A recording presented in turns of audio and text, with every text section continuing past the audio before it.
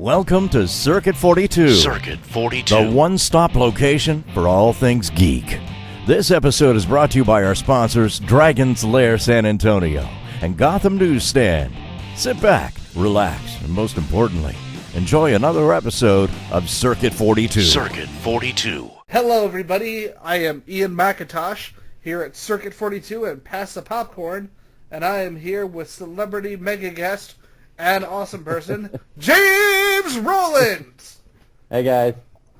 James, you are known as the creator of the upcoming show Blood Drive, the one that we've seen on plenty of YouTube ads and at the Alamo Draft House.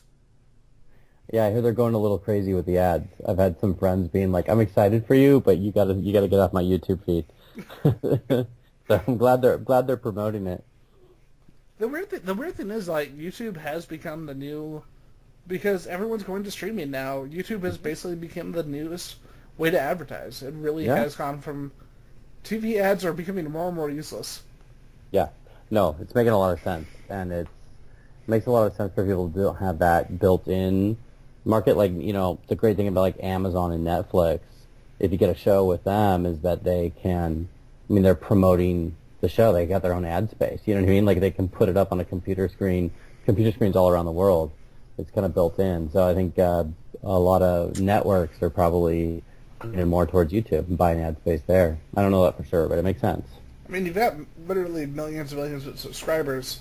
Yeah. You pretty much have the largest audience right there. Mm-hmm. I mean, they probably have, those websites probably have an amazing ability to, they can subdivide their market into like the smallest little subgroups possible. So you can, you know, you want to get it in front of horror fans and, you know, go through like 9 levels of subgenre of horror that, you know, those people like and are watching, you know, videos of and stuff, because all that information has to be collected, you know? So you probably get real specific on your audience who you're sending those ads out to. So pretty much I just watch really fucked up shit is what you're saying. Yeah, exactly. That's because I am the real truth, sir. So, for those who don't know, like, I've seen the show. You probably have some kind of experience with the show. I don't know.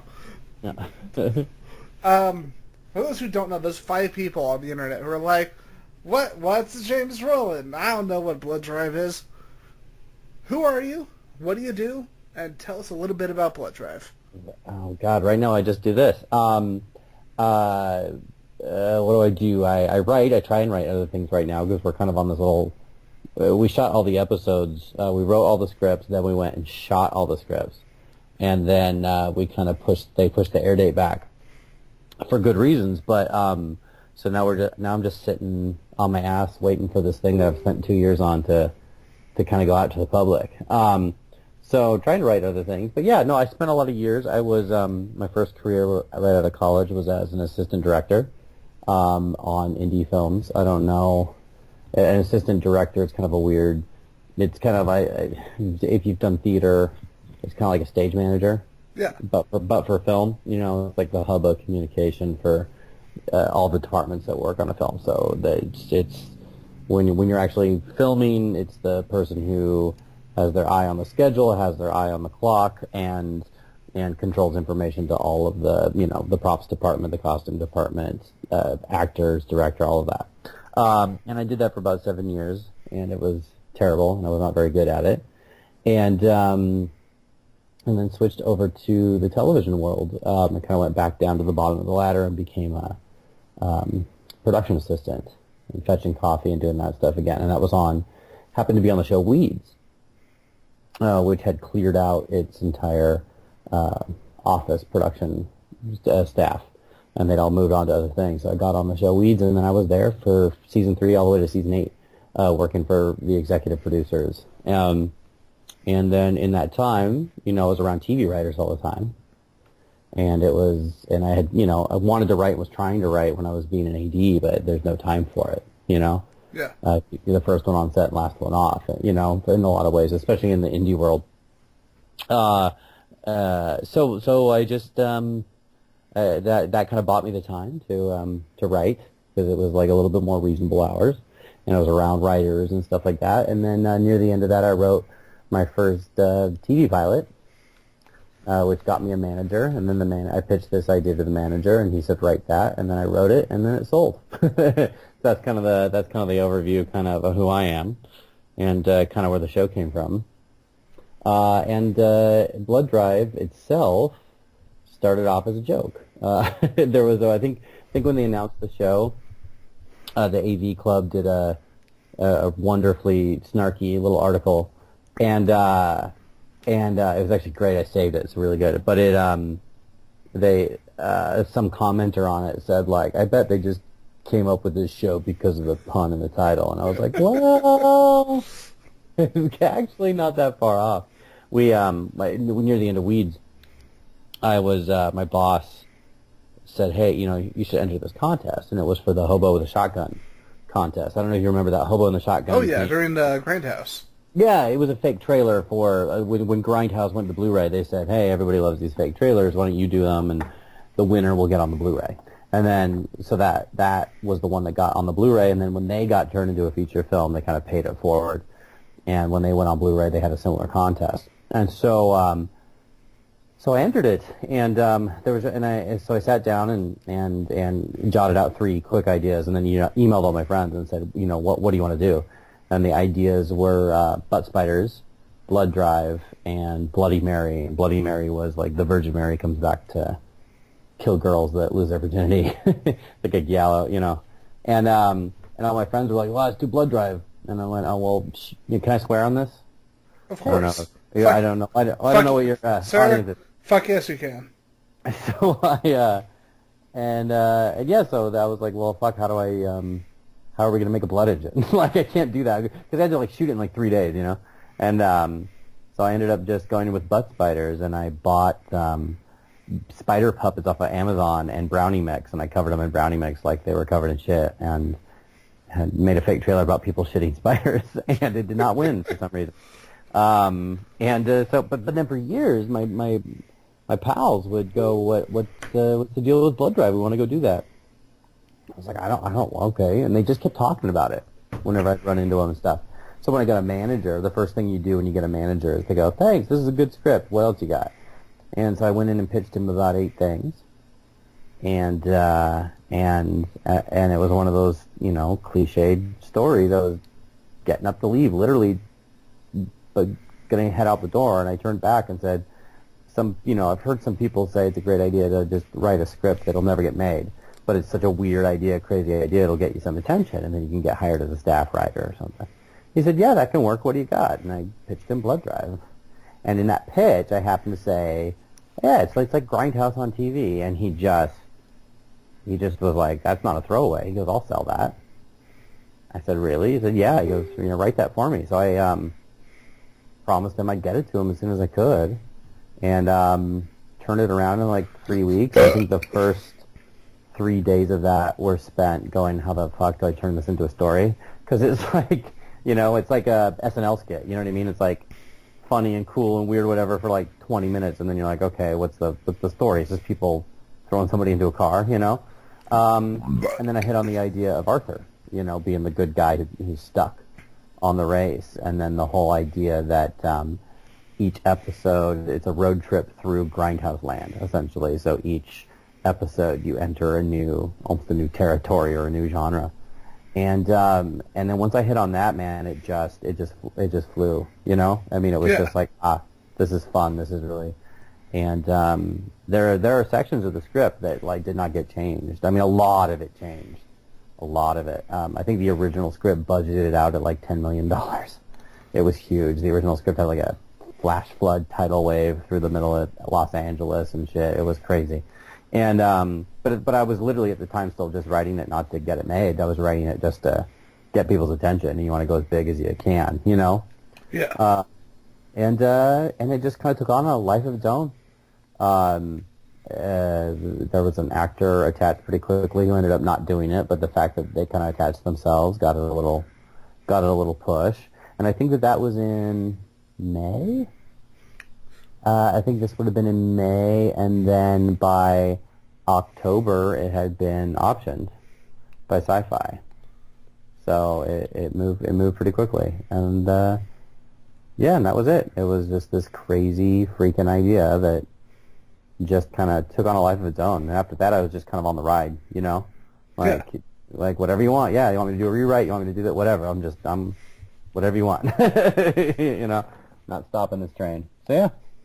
I gotta say, like looking at seeing the first 2 episodes of the Draft House, I was throwing how much you were able to get away with, man. So you have no idea. You have no idea. Wait till you see episodes like 4 and 5 in particular. I was on set one day, and I had this moment of clarity. Like I just saw myself from the outside, as like a normal person would, and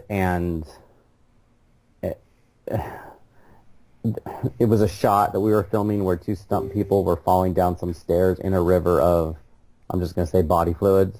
Yeah. Like a literal river of body fluids, which are not blood. And I went, holy fuck! Like, what are we doing? Like, can you do this? Like, can you do this? Are they gonna see these dailies and just like be like, you went way too far or whatever? And they were good, man. Sci-Fi kept to their word. We were really like, in the script process, they pulled us back a few times. Surprisingly few, but a couple of times they did. But once they okayed the scripts, man, they held to their word, and we pushed it. So, yeah. I gotta say, it's really cool seeing Sci-Fi come. Like I don't know if they'll get grumpy at us for saying this, but it's really cool for seeing Sci-Fi really come back into like sci-fi and craziness like this. Because there was a point where I'm like, well, the Wrestling Network that also features Battlestar Galactica. Yeah. I mean, like, I think that they know that, like they're proud of their network, and they're, you know, but they, I think that they're getting back into that. I think for sure. I mean, that's just my personal opinion. I don't claim to know the inner workings of that, you know, big company, but they seem to be. I mean, Expanse is, you know, Expanse is awesome. Yeah, I mean, it's legit. Like, they got back in the game, and it's full hardcore sci-fi. You know, it's sexy and cool, and it's got these elements to it, but it's real nerdy. You know, I mean, so was Battlestar. I mean, Battlestar was that great mix of sex appeal and a little bit of militaristic action and stuff like that. You know, and but it got into weird territory. You know, it had like alien ships that teleported when they orgasmed, and like, you know, I mean, like, it was still, you know, it found a real home, you know, in geekdom, but was also accessible, you know what I mean, to, exactly, you know, to kind of people that aren't, you know, just into Star Trek or something, you know what I mean, like, and it was, anyway, so it feels like they're kind of going back that way, which is great, which is great. So, real quick, something I got to touch on. You were talking about worrying about swearing earlier on the show. Yeah. We had the creator of, you remember Bump of the Night? The old, No. It was an old stop motion show, but he also worked on Reboot, Mighty Max, and he's like one of the main writers on frickin' Happy Tree Friends. I loved that. Dude, within the first, like, 3 minutes, we are making jokes about, like, meth. We were making meth jokes. Then, like, the first 3 minutes, I'm like, me and one of the writers of Mighty Max are making meth jokes. This is amazing. So happy. And the term, no credit, you pay now, came into our interview at some point. That's good. Man, that's great. That's awesome. Yeah, no, it's, I know that feeling. You go into a world where you're kind of allowed to do anything. Yep. The shit we talked about in the writer's room. I mean, and then to go, you know, film this thing, and you just can't. I mean, we spent 6 months in this world just filming it. You know, it's a full year, 6 months writing, 6 months shooting. You know, that's that. I mean, roughly. You know, and then you're out in the real world somewhere, and you'll say something, and someone will just stare at you like you're fucking crazy, and you're like, oh, that's right, you're normal.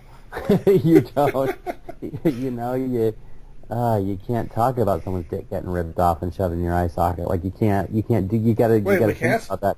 Well, not in polite company. I mean, God damn it! You've ruined all my good times. That explains so much. I know, that explains why back into. That explains why that person stopped talking to me. Yeah, exactly. Yeah. So, real quick, man, I gotta say, like, seeing that pilot, first off, the production is just insane. Because, like, that just fit the theater, man. A lot of TV does not do that. But, the thing that I thought was really cool, and the thing a lot of people forget to do, because I think it was Joe Dante said that the cheapest special effect or cheapest tool that you have is lighting. And the whole show is lit really well. It's got a really cool atmosphere to it. And, like, yeah, it has that grit, of course, because, Grindhouse. Yeah. But it is crazy how lighting, the right camera angles, the right, knowing exactly what to do with the tools you have, man. Yeah.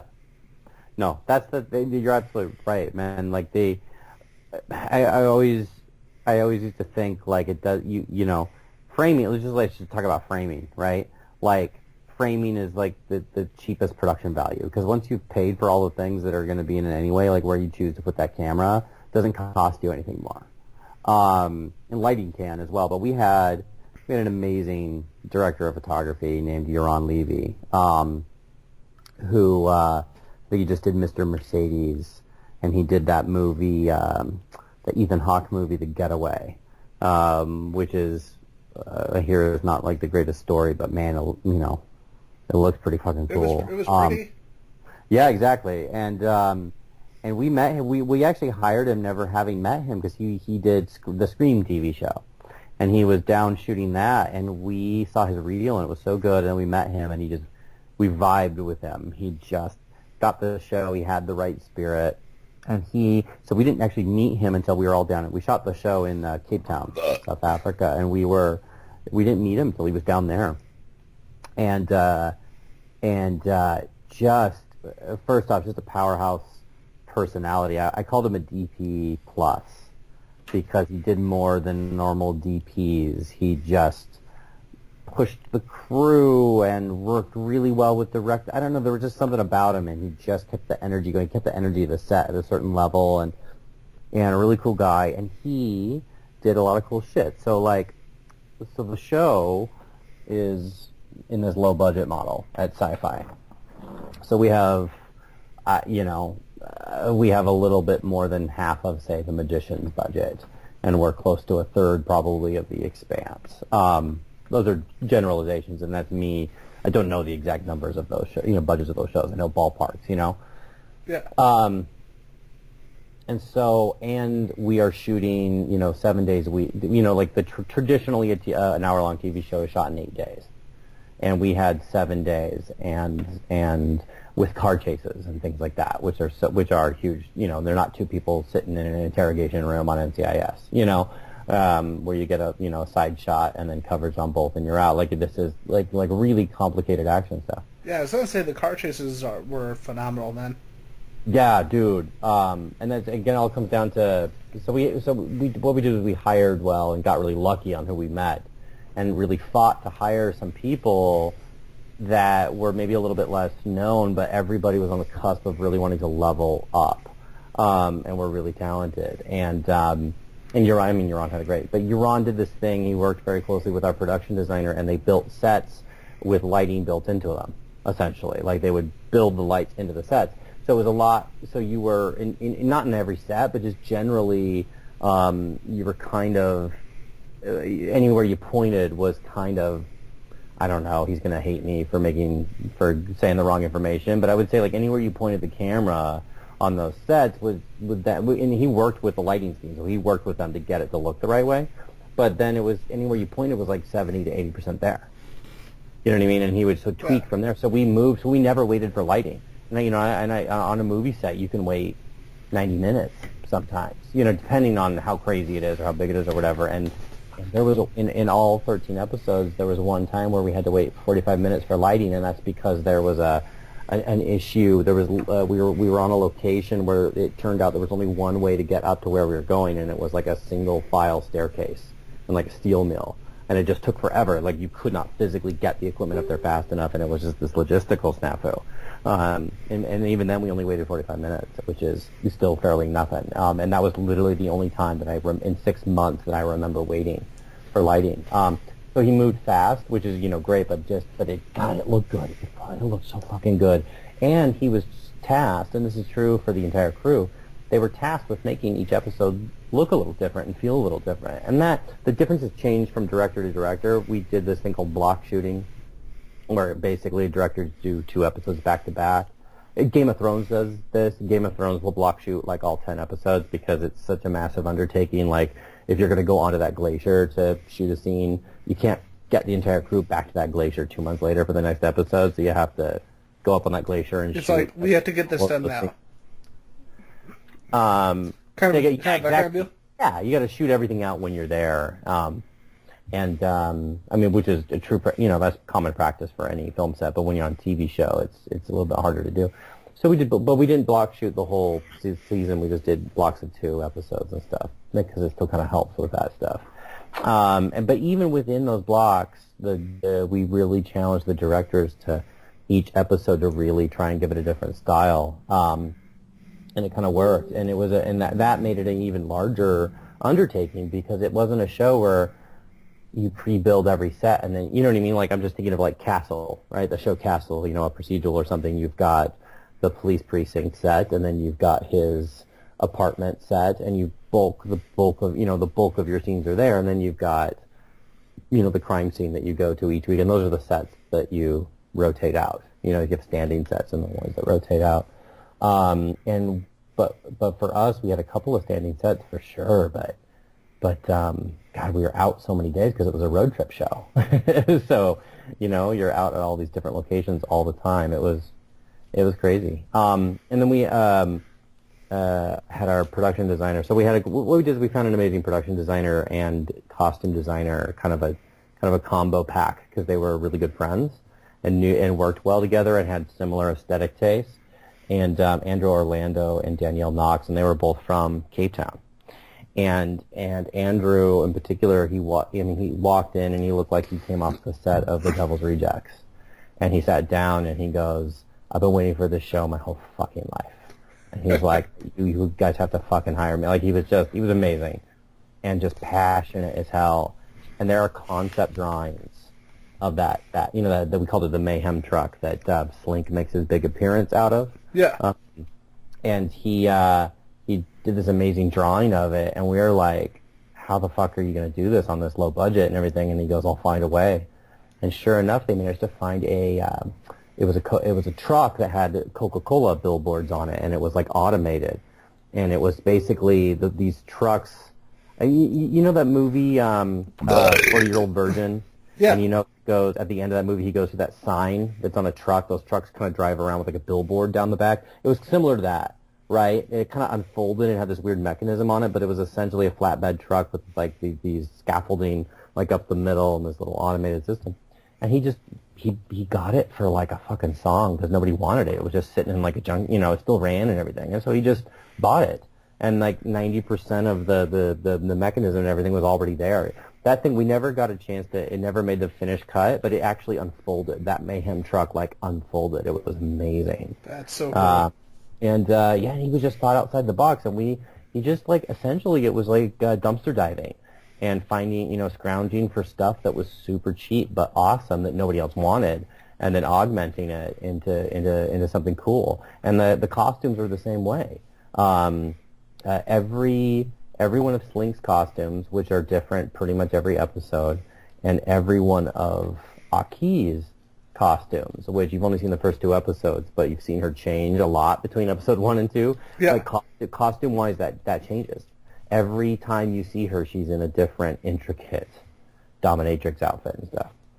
And the bulk of those were handmade by our crews down there. I mean, it was the artistry was incredible. It was incredible, and a lot of it was because they were just so excited to work on something that was so different. They get car commercials down there, they get direct DVD sequels down there, and they just Black Sails was down there, so that was their first big TV show.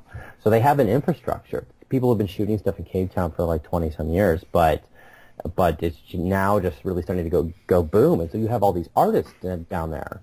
And like any other artist, they have certain tastes and preferences, and they just and they were just dying to work on this, and it showed. It showed. I remember, what was it? The movie Standard, the one with Thomas Jane. That there was an interview with him about it, and this is probably what, 2004, 2005, and he said that it was kind of nuts for him because he said he loved making the movie, but he noticed that every one of the crew carried a weapon, and then apparently somebody actually got shot during the production. Oh wow! Really? By like a criminal or robber, and someone funny. actually got shot, and it's like, I feel for any crew working in South Africa in that regard. Maybe that was Joburg. I don't know. Yeah, no, it's an incredible place. It was when they first told us that we were going to go there. You know, like, hey, this is where you're going to shoot it. You know, it was terrifying because we're based in LA. You know what I mean? So it's like leaving. You're literally on the opposite side of the world, and you don't know anybody there. And how are you going to find crews? How are you going to? And now in retrospect, it's just like, oh, there was nowhere else to do it. Not just for the money, you know, the dollar goes so much farther there, and this and that. But man, they were just hungry and excited and an amazing. Everyone we worked with, our DP, his camera crew. I mean, he flat out said this is one of the best camera crews I've ever worked with, and he's worked with amazing crews, and he's trying to get some of them some work in the States and stuff, you know. And our Steadicam operator was like an MMA guy, just like super, and he could just do these incredibly long, intricate shots. He was just in incredible shape and stuff, and just talented, man. Such a damn good natural, instinctual framer. You know what I mean? Because it's one thing to be able, I can move the camera around and I'm strong, but to be able to just land on that perfect moment at just the right time and stuff. There's an artistry and a skill to that you kind of can't, you know, teach. And yeah, man, he was real good. But yeah, I'm so glad that you noticed that. I often think that the show is so fast paced and so just, the director and executive producer, David Straighten, he directed the first 2 episodes and the last 2 episodes, and then he was there, we were there in charge of production, for all 6 months together. And he went off for 4 days to edit the pilot, and came out, and I was like, what's it like, man? What's it like? Like, is it cutting together? Like, is it, you know? And he goes, yeah, it's kind of like getting shot in the face with a machine gun. And then he just turned and walked away. So he's talking about the hotel scene then. Yeah, exactly. That was chaos at the motel. I loved it. Yeah, it's nuts, right? That scene where he comes down the stairs and gets thrown over the car and the camera rotates with him and all that. Like, yeah, just really inventive stuff. As a dog owner, my favorite scene is actually the part where he saves the dog out of the car. That's a huge. When that screened at the Egyptian Theater in Hollywood, it got cheers, like just like top of the voice cheers. It was amazing. People love that part. We need to contact Warner Brothers right now and get that guy the role of Lobo. Oh my God, he is amazing. You can totally Brandon see that, right? It's incredible. Yeah, absolutely. He, man, that's a great call. He's he was actually he's actually the first guy that we cast. Because the tape started rolling in from Cape Town, and his audition tape for Ribbone, I called the showrunner and I was like, John Lavin is the showrunner. And I just called him up and I said, I know it's early and we haven't seen anybody, but we got to peg this guy down. His audition tape was just as Ribbone. He just brought so much to it because it so easily could have just been, oh, I'm a big tough guy, you know. And it was just on another level, and it was like, let's snag him, you know. Because and that was another thing, man. The cast, and not just in Cape Town. I mean, it was amazing in Cape Town, but we just across the board. I remember going into this. Whoever said. I think multiple directors are attributably saying this, but the saying is like if you casting's 80% of your job or whatever. And I'd heard that and man, that really does hold true because it would be so easy. It would be so easy for an actor, I think, with a show like this to not see past the veneer of how brash it is and how gross it is and how ridiculous it is and how fun it is and all of this and actually really dig in, you know? Yeah. And every actor we got just saw the potential of it and just treated it like they were on a stage, you know? I mean, we're just like, and it kept the camping, and there's definitely a campy element, but it really kept that campiness stamped down. It didn't let it get, like, completely out of control. Yeah, so you can have fun with it, but you're also never get lazy with it. That was always our rule, like, even in the writer's room, was like, all the grindhouse stuff is a safety net. You know, like, if you fuck up with a scene, at least it'll be entertaining because there's tits or blood or vomit or God knows what crazy thing happening. That's your safety net, but never use it as a crutch. You know, always actually try and tell us, even if it's a ridiculous scene. Like, all that stuff in episode 2 with the gentleman and the scholar is totally out there, but Darren Kent, both Darren and Andrew Hall plays the gentleman and Darren Kent plays the scholar. They with those scenes, they just treated it like it was an honest-to-God domestic drama. Like, everything was like, you know, and it works. I'm not going to lie, man. I wanted to beat the gentleman with a fucking pipe. Right? It's heartbreaking. It's weird. Like, when that cut went to the studio, they emailed us and they were like, we didn't think we'd actually care. Or they didn't say it like that, but it was, if you read between the lines, it was pretty much like, we didn't really expect that to be emotional. I was like, I know, I did. You know what I mean? But there's and that's all. I mean, the writers did an amazing job with their episodes for sure.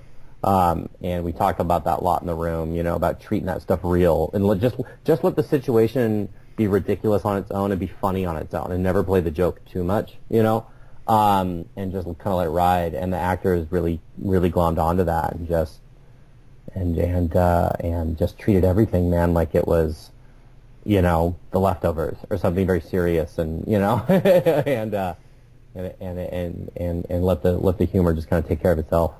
You did a damn good job. I got to say, like, for me personally, man, while all the characters are great, for me, Slink and Aki, favorite characters in the show. Those are your favorites? That's great. Yeah. I knew that speech when Colin Cunningham plays Slink, God, that guy, what a find. I had not seen Falling Skies, which is kind of his. I need to watch it now because I've always heard such good things about that show. Yeah. And it's fucked up horror alien show by Spielberg. It's like, so yeah, I need to watch a shit out of that. Yeah, no, same here. I know, but when we cast him, dude, I clicked on his audition tape. Like, we were in Cape Town already by the time we were casting that role, and I clicked on his audition tape, and it was almost just like there was a slew, and there's so many, and you get into a habit where you're like, if you're not gripped by like 30 seconds, you got to skip to the next one because you don't have any time. You know what I mean? To sit and watch all the audition tapes that are coming in is like 4 hours out of your day, and you are already working, you know, 12 straight hours you could spend just approving sets and, you know, and all the other stuff you got to do. His audition tape, they've got to put it on the Blu-ray or whatever, man. He like walks out of the darkness and he looks up at the camera and he smiles, and he had just taken a drag or whatever of a cigarette, so when he smiles, all of this smoke comes out of his mouth like a dragon. That's and awesome. Oh my God, man. And if I remember the story straight, he actually almost didn't audition. He was on the fence because it was one of those scripts that was like, this is either going to be awesome or the worst thing ever, and I don't know. And he was at his parents' house thinking about it, and he looks up at his dad's den or something, and what's that, Dad? What's that box up there? And they're like, pull it down, I don't remember. And he opens it up, and it's a top hat. And he's like, Dad, what's doing here? And they're like, I don't know, I got a bunch of crap in here, I don't know, I don't remember. So he like took it as a sign, and he wore that top hat in his audition. But yeah, man, one in a million. I actually wrote, there's a weird Falling Skies connection. I actually, because I mean, again, I wrote it never expecting it to get made, and I'm friends with Doug Jones. Doug is so cool. I got to meet him in Austin a couple years ago. Only, like, ever since I started the show, only celebrity I've went completely silent. Like, I didn't know what the fuck to say. And he just comes over, and he reaches over from his table, because he wasn't even supposed to be there. He was there for a fan film that he worked on. I think he played he was Slenderman in a fan film. Mm-hmm. And he bends over, and he gives me a hug. Yep. Except I'm like 6'2", and when you have Doug Jones' arms wrapped around in the back of your head, you feel like the smallest person in the world. I know. I mean, that guy is he is an impossibility on every level. He is impossibly kind. He is impossibly generous. Yeah, he is impossibly long. He is, that should be on a business card. Doug Jones, impossibly long. Wait, what? Such a good person, man. But I wrote Slink for him. I mean, I was just and then he, so when it went, he was like the first call, but he was doing. I mean, maybe he wouldn't have wanted to do it anyway. I don't know, but he was doing Guillermo what's it called? The Water? Something about water. Guillermo del Toro's new movie, The Price of Water. Whatever it is, I'm going to watch it because it's Guillermo del Toro. Yeah, exactly. Oh my God, I'm butchering that. The movie I'm going to see in theaters. Exactly. Yeah, the next amazing. Because I was an idiot and I didn't see Crimson Peak in theaters. Yeah, I didn't see it in theaters either. And then you watch it and it's so fucking pretty, and you're like, yeah. I know. Shape of Water. Shape of Water. There you go. We're close. Yeah, something about one. There's something about Mary. There's something about water. Yeah. So anyway, it was written for him originally, and so it's weird. So like they knew each other from Falling Skies. It was such a weird connection. But God, yeah, man, Colin is a 1 in a million fan. That was like that across the board. Alan and Christina, I mean, it was written in the script. We literally wrote him as a Ken doll. You know what I mean? Like in the script, and so it was like, how do you find somebody that looks like Adonis and kind of has these comedic chops and can play the empathy and everything? And Alan just nailed it. And then and Christina, and he's got a big following. Like I didn't know, I had never seen Blue Mountain State, so but he kind of made a little cultural impact with that show. People really love him in that show. He's very good in it. I just knew him as the guy who looked like Sam Worthington, and it was in the Michael Bay Turtles. Yeah, exactly, right? Yeah, and but he's got this charm and comedic timing and really connected with where we take the character. That was one of the cool things, is they had all the scripts in advance. And then Christina Ochoa, man, just that smarty pants. She ran away with that pilot, man. She did, man. She got it. I was so early on. She was talking to me, and again, they had more scripts, so they saw where it went. But she was like, I was so excited that it's feminist and stuff, and I was like, thank you for seeing that, because we sure people that will beg to differ. But we really wanted to take like a femme fatale character, and she's sexy and like all of those things, and yeah, it's the joke, she kills men and all of this. And as the show evolves, get more and more into what the psychological toll is for her to kill, because yes, they may deserve to die, but so does the enemy in a war, but you soldiers still get fucked up, yeah. Even if it's a righteous war, you know what I mean? Like go to World War II and liberate concentration camps, sure, but you still pay a price. So like that was the idea, and you don't see a lot of that in the first few episodes, obviously, because the first few episodes you're still having fun and kind of getting people acclimated to the show, and it's kind of adventure of the week. But as it gets more serialized, as it goes on, really dig into that stuff. And she just brought it. Never seen anybody so prepared. She brought a journal.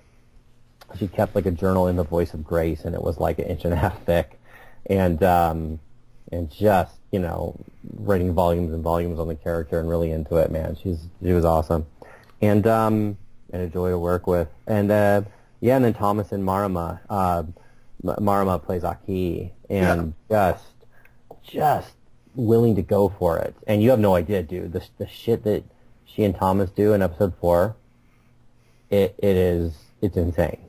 It's insane, and it could so easily be, like we talked about, go fully into campy, and they just treated all of it so real.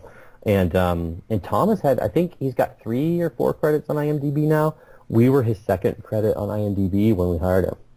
The funny thing is, my girlfriend, she watched it with me when we went and saw it, and the big thing that she mentioned was, and I think this was in regards to both Thomas and Aaron, that the fan service is proportionate. Yeah, oh yeah. Yeah. We talked about that a lot. We were like, look, here's the deal. Like, we got to have nudity. We got to be salacious. We can't go in and call ourselves Grindhouse and not be Grindhouse. People will smell bullshit so far away.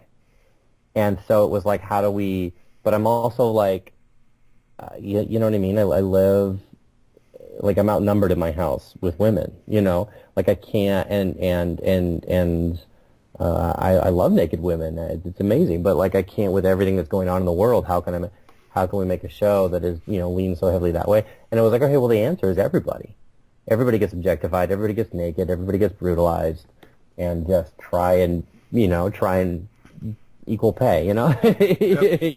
You know, equal payback. There you go. I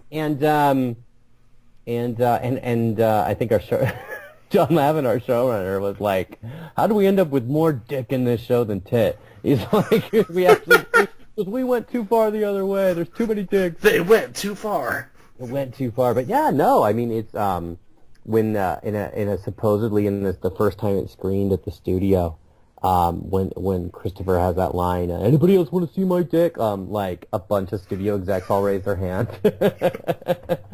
So, but, yeah, it's, yeah, no, yeah, exactly. It was, I don't know, it's a testament to them. I can't say enough good stuff about those actors, and what they brought to it. And, man, Christopher, and, Thomas, who played Christopher, really, I mean, he's great from the beginning and had a real, I don't know, he's got real charisma to him and stuff like that, but man, he really just dug in, and there's a progression to a TV show.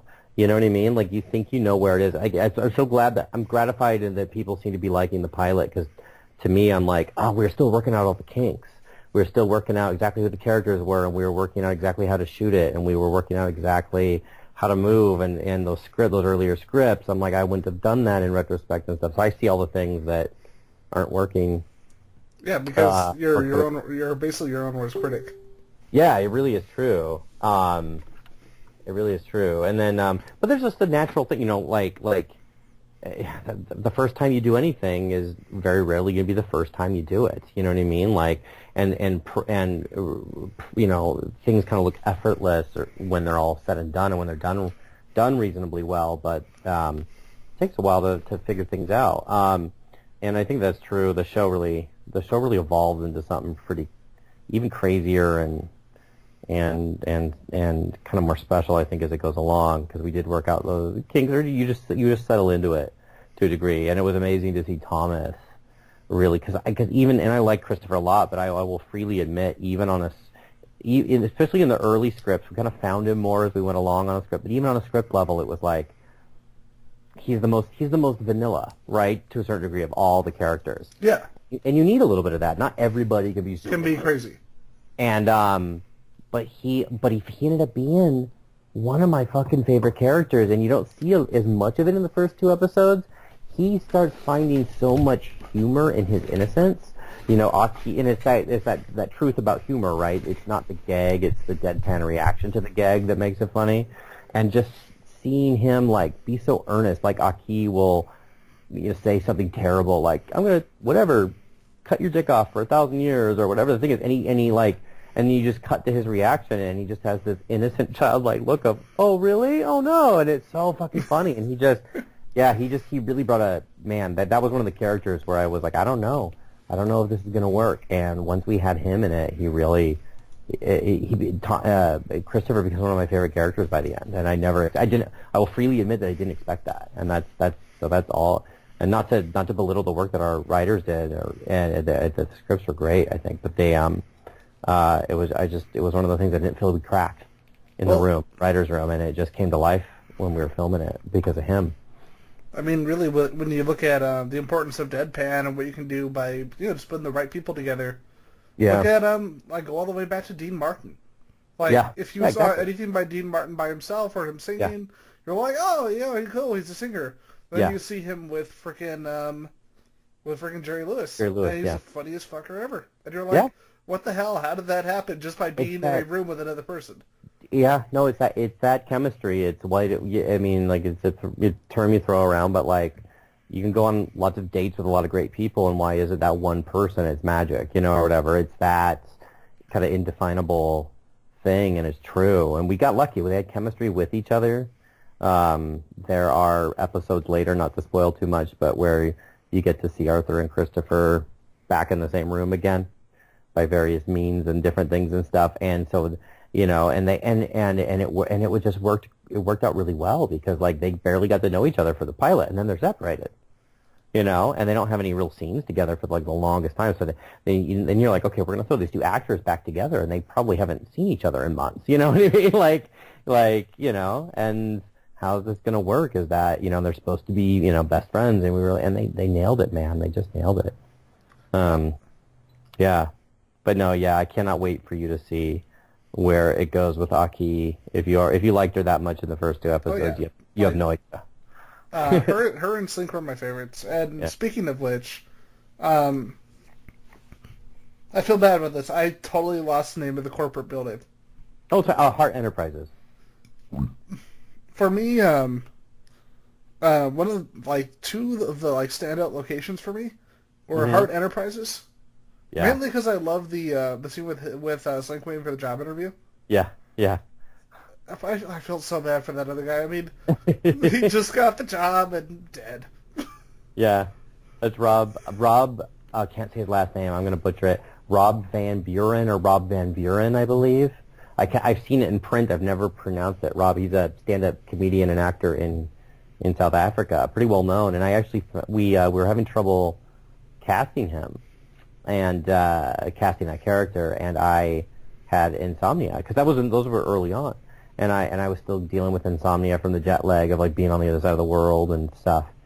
And I was up late one night and I was just watching South African cable, and there was a commercial, and he just was playing this character. It was for whatever Comcast or whatever their whatever cable thing, and they and it was just this silly commercial where he'd just pop up, he'd jump out of your oven and he'd pop out from under your dinner table and try and sell you on cable or whatever. And he was so annoying, but like kind of just perfectly annoying, and like just had this amazing comedic timing. And so that annoying where you could just you want to choke them to death, but at the same time he seems just okay enough to not to like keep the hand away just a little bit. Yeah, exactly, right. So because you really want when he spoiler alert gets his skull crushed at the end of that episode, you want to like be like, oh fuck yeah. Even though he didn't do anything wrong. He's like, you know what I mean? Like, how do you find that balance of somebody that actually is really sweet, but you're kind of happy they got smashed? That's a hard... I know, because it's like, I'm going to call my mom, and it's like, we don't want you to suffer what we kind of do. I know. But it's still funny when he does it, man. Oh, fuck. And a mile away, man. Colin, Jesus Christ. I can't even say that enough. Like, look, I'll sit there. Obviously, I'm a fan.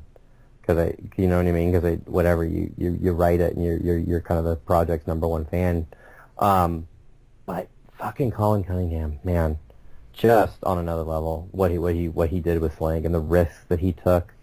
I remember him coming up and just being like, James, I'm going to try this.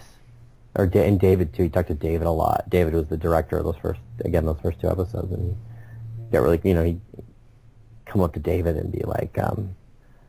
I'm gonna try this one with a scream, and you gotta fucking tell me if it doesn't work, man. You could tell he was nervous, because he was taking risks.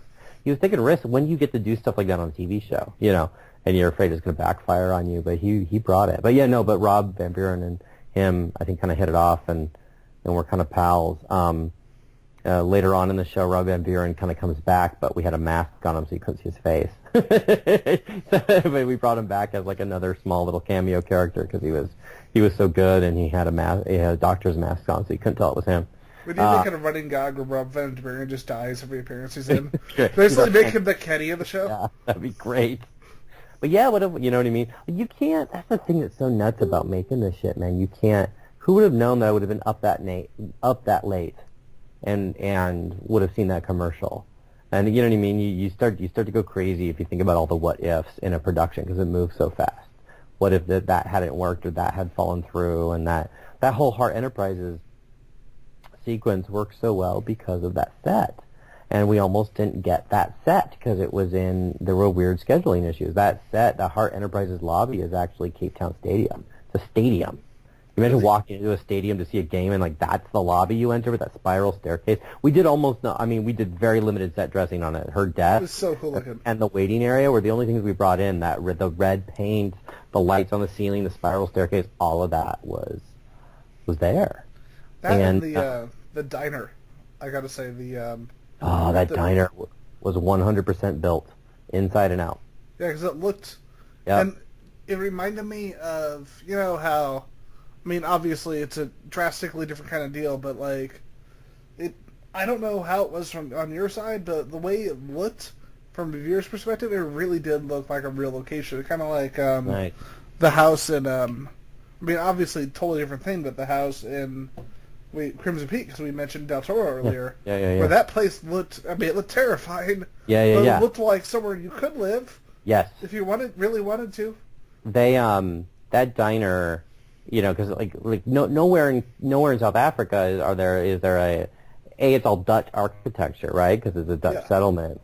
But B, there's like just dumb. I feel like you feel like a dumb American. You know what I mean? You're like, why aren't there any motels? Oh yeah, because roadside motels are an American construct because of our car culture. And cross country trips. And like so many other countries aren't. You know what I mean? Like European countries and stuff are not. You can't drive for 9 days across them, and you're like, oh fuck yeah, of course, duh. And then you're like, oh well, fuck, where are we gonna find a motel? And when we were scouting about some months before we shot there, we were roaming around, and there was we were at a little film studio there, and they had they just recently done a Nelson Mandela movie. And they had built the Nelson Mandela prison. And the outside structure of that Nelson Mandela prison, our director was David Strain was looking at it, and he goes, look at that. That's the shape of a motel diner. And I was like, what the? And it was like one of those Magic Eye 3D pictures where we've walked past the building like 3 times, just roaming around, like just looking at shit, trying to see if we can film anywhere. And it just popped out. It was like, holy shit. So they built that whole facade on the back of Mandela's prison, and you could actually walk on the walkways, and a few of the doors opened up to fake, you go in any of those doors and there's nothing there, of course. And then we built all the interior on our soundstage, and they really went for it in that episode. They really referenced, I'm going to butcher this director's name, they referenced Jean-Pierre Jeunet. Is that how you say his name? Jean-Pierre Jeunet. Jeunet, there you go. Amelie and City of Lost Children and Alien Resurrection. Alien Resurrection, written by Joss Whedon somehow. I know, right? The movie that should have been the coolest thing ever. It needed to just be a different. If that movie hadn't been an Alien movie, I actually think it would have been people. You know what I mean? Like, I would love to go see crazy, sexually charged French Joss Whedon. Well, from what I've read about it, the big issue with it was that Whedon intended a Whedon script. It was supposed to be a little lighter, a little more Whedon-esque, and Jeunet wanted a serious alien movie. I heard a story, and I don't know. I heard a story that the director didn't know it wasn't a comedy until a ways into filming, or some crazy thing. That's probably bullshit, but that's interesting. Well, it sounds like that sounds. I don't know the story behind that movie. I'd love to know it. I know the story behind the movie, but it seems like a bunch of amazing talent in kind of an arranged marriage, and none of it really connected the way it should, Which is so weird, because so many good actors, so many good people behind the scenes. Good sets, man. The ship was awesome looking. Yeah. The alien at the end was just a big pile of garbage. But that with the weird human face. But if you go back and watch that, or watch a scene of that movie, and when the space trader, the gang enters the space station, you know what I mean? The nefarious crew comes in. That's Firefly. It's every archetype from Firefly. It's crazy. It's just like it was like his first draft almost. It was like he had to do that to find Firefly. So it's fascinating. But I wish Michael Wincott had a bigger role though, because Michael Wincott, that guy's a badass. Yeah. Doesn't Brad Dourif die? Isn't he in that? Doesn't he die like real quick? No, he's like all the way near the end. He's like, my baby, what the fuck am I doing in this movie? That's right. I haven't seen that in years. I gotta go back and. No, you don't. No, don't. You can look at bits from it. I know. I had the box set too. It's the curse of having the box set. Yeah, right. It's the Indiana Jones curse, and it's like shit. There's 4 movies in here. Yeah, like it. Yeah, right. Oh, that's right. Soon to be 5. Yeah. So yeah, Got that Marge. Yeah, but they referenced Jean-Pierre Journet's sets in episode 2, in both the hotel room interior and then the diner and stuff, and it's all kind of got that weird bluish yellow. Everything's kind of hot and sweaty kind of vibe, which is real. I thought was really fun. It was an interesting choice because it's supposed to be Americana, so it was like that aesthetic draped over Americana architecture. And the aesthetic of Amelie and the content of Delicatessen. Yeah, exactly. It was. They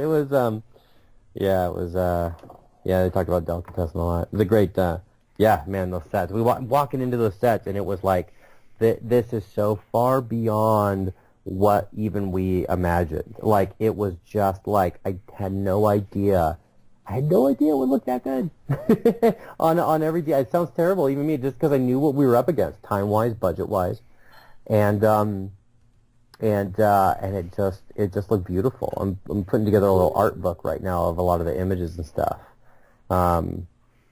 just because I want to be able to hand that to people and kind of they can go slow and really spend some time looking at the detail of the production design and the lighting and those things, you know.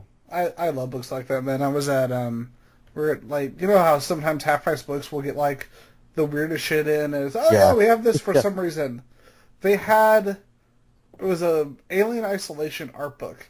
Oh. They made 500 of them in a special edition, signed by the artist. And it showed up at your. They had a stack of them. They were just like one of those random new items they get in, and we got this for like $25. Oh, whoa! And it's like a $75 book. Yeah, and it's like, this is ours.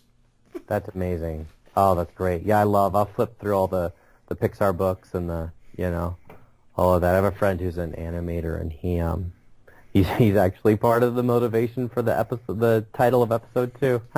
Because he worked on the Tinkerbell movies, which is set in Pixie Hollow, and so Pixie Swallow was a nod to Pixie Hollow because I've seen all the Tinkerbell movies.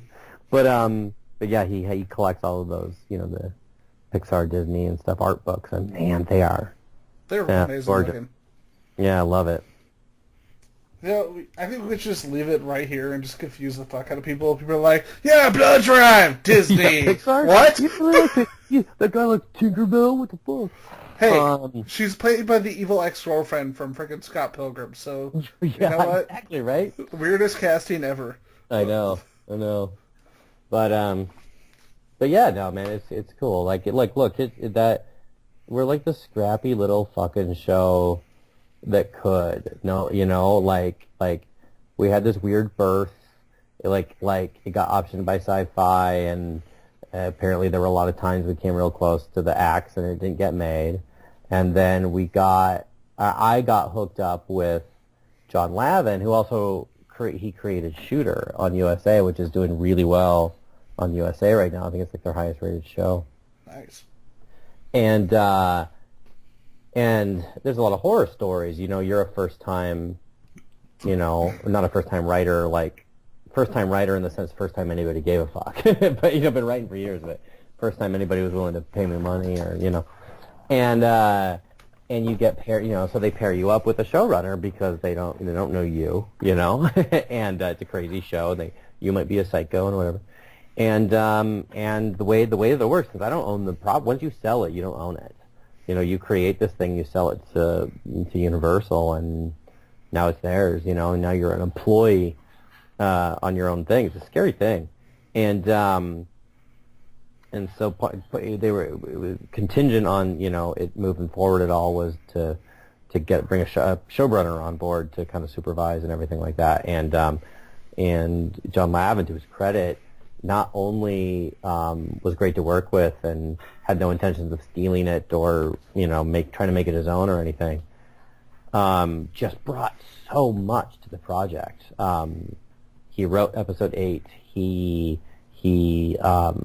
pushed really hard for some of our crazier plot turns and shit in the back half of the season in particular. Show gets more I don't want to say character-based because it's still Blood Drive and it's still, Adventure of the Week, but it gets a lot more serialized and it digs into the mythology and has a lot more character-motivated plot turns and things like that later on in the back half of the season. See, I'm glad because if not, something like that can get exhausting. That was the whole plan, was to hook. You'll see a flow of it. The first 4 episodes are, serialized, but there are these standalone adventures, get to know the world, and then you dig into character stuff with Grace in 4. That sends them on a mission through 6. That digs into her story, then it switches, and then you really dig into Arthur and what's really going on with him through 10. And then you're also enhancing Slink up a lot through there. And then 11, 12, and 13 just smash all of those things together. And it goes a direction I'm hoping people won't see coming and really evolves into something kind of new. But still keeping all of the fucking crazy violence and stuff like that. But we put all the most potent genres up front. You know what I mean? It's like, sex zombies and cannibals and insane asylums and like all of that, the most recognizable stuff that we were, at least that we touched this season. If we get a season 2, knock on wood, there's a lot more genres to dive into. But we put all that up front to kind of hook people to a certain degree and have a little bit more fun. We did it in one season, but that was always one of the things I don't know where you stand on the evolution of Buffy as a show. I think season 6 is one of the best seasons of TV I've ever seen, and a lot of fans hate it. But the love it or hate it, the show, even before it got to season 6, got a lot darker. And I firmly believe the reason why, like, season 5, let's say you hate season 6, so let's say season 5 is where you think the show ends, right? So a lot of fans say shit like that. So, like, season 5, right? Like, the reason why all that drama really pays off and you can go that dark and it's that powerful and everything is because the first 2 seasons are just, giant mantis, and I'm possessed by a hyena, Season 3, 5, and 6 are the strongest seasons. Season 4 is just short of being... Yeah, I agree. Because Riley is fucking annoying. Yeah, And season Adam, 7 is trash. The big bad in 4 is rough. But, it was always campy. 7 has got great shit in it, though, too. Yeah, but once they brought in the little Slayers, I wanted all of them to explode.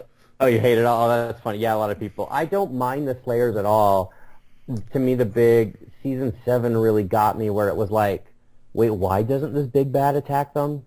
They always had that issue. If you have such a powerful villain, why doesn't it attack? Season 1 did it the best, where he physically had a physical barrier, But, I remember just going like, wait, why doesn't what's the name of the villain in 7? The original evil or whatever. Like what why doesn't original evil just like drive a truck through the house? The thing that frustrated me so much, Nathan Fillion was amazing as Caleb. Yeah. And they didn't do shit with him.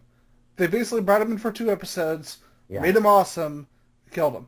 And it's you don't do that. You don't take the strongest villain in years and just kill him. And just kill him off. Yeah, that's right. I always forget that he was in that few episodes. Yeah, well, having been through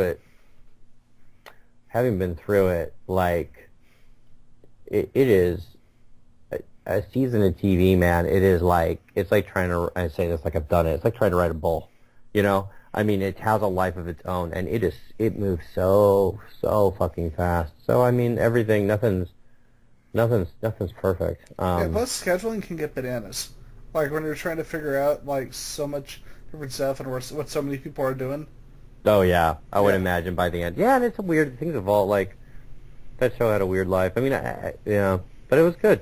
But anyway, all that to say, like, that was something that was my takeaway, whether that's true or not, or just my perception of it. I felt so that was with Blood Drive season 1, which is very self-contained in a lot of ways, and there's definite like, oh, what'll happen next season, like that type of stuff. But you could watch it as a standalone because I hate things that just kind of taper off or leave too many loose threads. And but come on, it was totally a smoke monster or a series of members, or maybe they all died. I don't know. Exactly. Although it's so funny though that you said that, because like that's totally what was in my head too. But then Lindelof just fucking pulled off a miracle with Leftovers. Like, he just kind of like, it was kind of like his redo of Lost finale, where he got to take all the things that he was kind of trying to say in Lost, but didn't realize it for like 5 years, and tried to cram it all in at the end in a show where it didn't really work. And like Leftovers just got to just put all that in, instead of subtext, it's all the text. Like, they're talking specifically about religion and what happens after the afterlife, the power of friendship and power of human fellowship, and how that might actually be more important than the ultimate questions that are out there and stuff. And he actually just kind of like, just in my opinion, stuck the landing. I thought that was a fucking incredible finale. And I was like, good for you. See, after taking all that shit for Lost. I need to start watching it because, like, Justin Theroux is the most talented man that I want to punch in the face. But that guy, man, his acting in this, and across the board, The Leftovers, and look, everyone's got a different opinion on it. The Leftovers, in my mind, has some of the lowest lows and the highest highs of a TV show I've seen. When it's bad, I almost turned it off a couple of times in season 1, and I'm so glad I watched it all the way through. It just sang by the end of season 1. And there's things in 2 I didn't like, really didn't like, whatever. That's all personal opinion. Who gives a fuck? I mean, it was all of a quality. It was all but even when it was something that I didn't jive with, I was like, man, you took a risk. Good for you, man. That's a ballsy move. No other show is doing that. And now I need to watch this because I watched like 1 or 2 episodes. I need to sit down and watch the rest of it. Yeah, I got. I think it was about episode 4 of season 1. I was like, oh fuck, there you go. And then I was hooked all the way through. And season 3 is almost flawless, man. It is God, and the final episode is one of the. He takes all of these risks with the finale, and in doing so, it's one of the most fulfilling show finales I've ever seen. But he still gets to do all his Lindelof-y stuff. Like, it's good. It's good. It's fucking good. But yeah, I don't, with our show, it was one of those things, A, you don't know if you're coming back, and B, it just feels, I feel like you got to push yourself to churn through as much story as you possibly can, because it's just, I hate shows that pull it out too much. You know what I mean? And I'm saying I hate shows. I watch shows that I really like. 2 of them that popped to mind are, Mr. Robot and Stranger Things, which are both just gorgeous shows and just really cool. And in both of them, I really felt like they had about half as much story as they could have. Felt like, episodes could have churned through a little faster, gotten to things a little bit faster. Like when I think of Stranger Things, I couldn't tell you when any event takes place in what episode, because it all just kind of feels like one long movie. Yeah, in a way, and that's probably how they envisioned it. But I was like, there's a reason why movies aren't 8 hours long.